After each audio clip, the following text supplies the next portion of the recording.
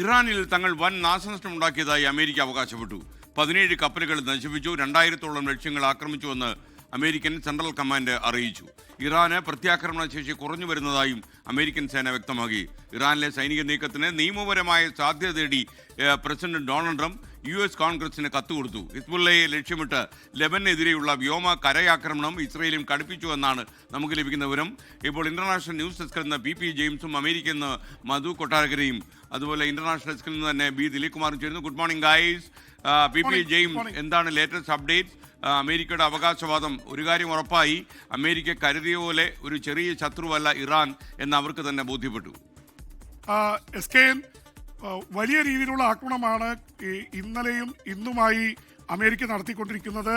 ഇറാനിൽ 17 കപ്പലുകളാണ് മുക്കിയത്. നേരത്തെ 9 നാവിക കപ്പലുകൾ മുക്കിയിരുന്നു. എന്ന് മാത്രമല്ല 2000-ഓളം കേന്ദ്രങ്ങളിൽ ആക്രമണം നടത്തി എന്നാണ് പറഞ്ഞിരിക്കുന്നത്. ഇസ്രായേൽ ഇന്നലെ പറഞ്ഞത് ഞങ്ങൾ സർവ്വശക്തിയും ഉപയോഗിച്ച് ആക്രമിക്കുന്നുവെന്നാണ്. ഞങ്ങളുടെ പൈലറ്റുമാർ ആകാശത്താണ് എന്ന് പറഞ്ഞുകൊണ്ടാണ് ഇത് ചെയ്തത്. അപ്പോൾ ഇസ്രായേലും അമേരിക്കയും ചേർന്ന് ഏതാണ്ട് 2000 സ്ഥലത്ത് അമേരിക്ക ആക്രമിച്ചു എന്നാണ് പറയുന്നത്. ആദ്യ ദിവസം തന്നെ 500 സൈനിക കേന്ദ്രങ്ങളാണ് അവർ ലക്ഷ്യമിട്ടത്. എന്നാലും ഇറാനെ സംബന്ധിച്ചിടത്തോളം ഇത് നിലനിൽപ്പിൻ്റെ പോരാട്ടമാണ്. അതുകൊണ്ട് ബാലിസ്റ്റിക് മിസൈൽ അവർ 4 ഗൾഫ് രാജ്യങ്ങളിലേക്ക് ഇസ്രായേലിനെതിരെ US-ന്റെ സേനാ താവളങ്ങളിലേക്കൊക്കെ അവർ അടിച്ചുകൊണ്ടിരിക്കുന്നുണ്ട്.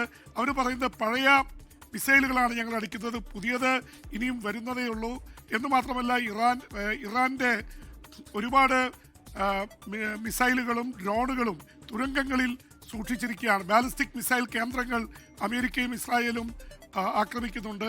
അതിനിടയിൽ വരുന്ന ഒരു പ്രധാനപ്പെട്ട വാർത്ത SKN മോജ്തബ ആയത്തുള്ള അലി ഖമനിയുടെ മകൻ പുതിയ സുപ്രീം നേതാവായി തിരഞ്ഞെടുക്കപ്പെട്ടു എന്ന രീതിയിൽ വാർത്ത വരുന്നുണ്ട്. നമ്മൾ നേരത്തെ അതേക്കുറിച്ച് പറഞ്ഞിരുന്നതാണ്. പ്രത്യേകിച്ച് ആയത്തുള്ള അലി ഖാമിനി കൊല്ലപ്പെട്ടതിനെ തുടർന്ന് വലിയ വികാരമാണ് ഇറാനിൽ ഉണ്ടായിരിക്കുന്നത്.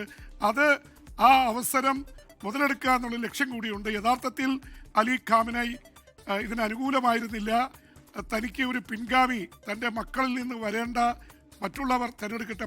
88-അംഗ കൗൺസിൽ ചേർന്ന് അങ്ങനെ തിരഞ്ഞെടുത്തതായിട്ടാണ് വാർത്ത വരുന്നത്. പ്രത്യേകിച്ച് മറ്റു രാജ്യങ്ങളിലൊക്കെ ഈ പിൻഗാമികളെ സ്വന്തം കുടുംബത്തിൽ നിന്ന് വരുന്നതിനെ എതിർക്കുന്ന ആളായിരുന്നു. പക്ഷേ ഇപ്പോഴത്തെ പ്രത്യേക സാഹചര്യത്തിൽ ആ തരത്തിലുള്ള തിരഞ്ഞെടുപ്പാണ് നടത്തിയിരുന്നത്. അലി ലാറി ജാനിയുടെ പേരുകൾ പലരും പ്രൊജക്റ്റ് ചെയ്തിരുന്നു. പക്ഷേ അദ്ദേഹം ഇതിൻ്റെ സെക്രട്ടറി ആയിട്ട് തന്നെ നിൽക്കുകയാണ്. ഇപ്പോഴത്തെ ഒരു പ്രത്യേക സാഹചര്യം മുതലെടുക്കാൻ വേണ്ടി കൂടിയാണ് മോജ്തബയെ നേതാവായി തിരഞ്ഞെടുത്തിട്ടുള്ളത്. അതുപോലെ തന്നെ SKN ഏറ്റവും വലിയ യുദ്ധം ഇറാന് പുറമെ നടക്കുന്ന സ്ഥലമെന്ന് പറയുന്നത് ഹെസ്ബുള്ളയുടെ കേന്ദ്രങ്ങൾക്ക് നേരെ ആക്രമിക്കുന്ന ഇസ്രായേൽ അങ്ങോട്ട് കടന്നു കഴിഞ്ഞു. ഇന്നലെ രാത്രി തന്നെ അവിടെ ലെബനോനിൽ അവരുടെ കരസേന ആക്രമണം നടത്തി സ്ഥലം പിടിച്ചെടുത്തുകൊണ്ടിരിക്കുന്നു എന്ന വാർത്ത. ഹിസ്ബുള്ള വെറുതെ ഇരിക്കുന്നില്ല. ഹിസ്ബുള്ള ഇസ്രായേലിൻ്റെ പ്രധാന സ്ഥലങ്ങൾ ജെറുസലം, ഹൈഫയിലേക്ക് ആക്രമണം നടത്തുന്നുണ്ട്. ഡ്രോൺ ആക്രമണമാണ് നടത്തിക്കൊണ്ടിരിക്കുന്നത്.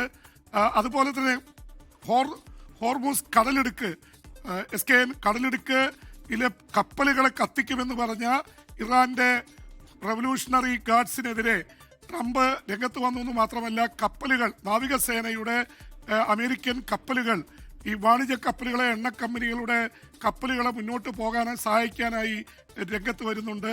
അതിനിടയിൽ SKN ഏറ്റവും വലിയ യൂറോപ്പും അമേരിക്കയും തമ്മിലുണ്ടായ പിണക്കത്തിൻ്റെ ഏറ്റവും വലിയ സൂചനയായിട്ട് ട്രംപ് അത് തീർക്കാൻ ശ്രമിക്കുകയാണ്. ജർമ്മൻ ചാൻസലറുമായി ഒരുമിച്ച് കൂടിക്കണ്ടിരുന്നു. പക്ഷേ ബ്രിട്ടനെയും അതുപോലെ തന്നെ സ്പെയിനെയും വലിയ രീതിയിൽ കുറ്റപ്പെടുത്തിക്കൊണ്ടാണ് ട്രംപ് രംഗത്ത് വന്നിരിക്കുന്നത്. സ്പെയിൻ അവിടുത്തെ അമേരിക്കയുടെ യുദ്ധ വിമാനങ്ങളെ അവിടുന്ന് തുരത്തി.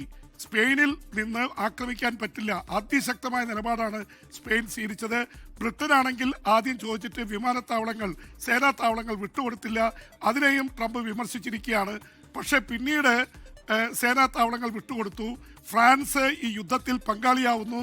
ഫ്രാൻസ് മെഡിറ്ററേനിയൻ കടലിലേക്ക് ഫ്രാൻസ് വിമാനവാഹിനി യുദ്ധക്കപ്പൽ അയക്കുകയാണ്.